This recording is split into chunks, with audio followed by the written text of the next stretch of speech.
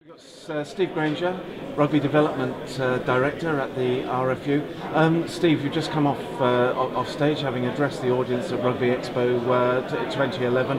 What are the key elements of the RFU's development strategy focused on hosting the World Cup in 2015? Well, we've got a fantastic 4-year period coming up to Rugby World Cup in 2015, and what we want to do is use the next 4 years to create some really exciting lead-up activity that ensures that we build the capacity in coaches, in facilities, in referees, in volunteers that will help us cope with the demand that we hope to get as a result of 2015.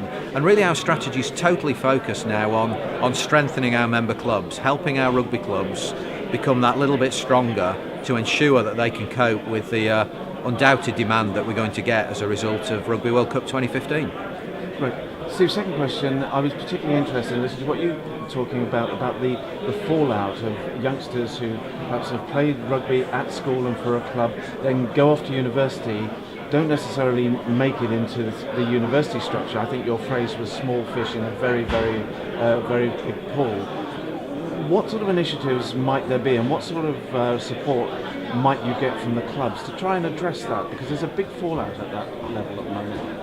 Yeah, one of the biggest challenges we've got is the kind of dropout between the ages of 16 and 24, and that's seen at its most when many of our rugby players go off to university, and they go from being first 15 players in schools to being very small fish in a very big pond when they go away to university. So we're working on a couple of things at the moment. One is creating opportunities for them to play more at the university, so hooking up with other students that are going to the same university before they get there, forming their own teams before they get there. So the first thing they do is play. And then the second thing is trying to build better links between local clubs in those university towns who might have opportunities to set up additional teams and to encourage and support those students to come and play with them.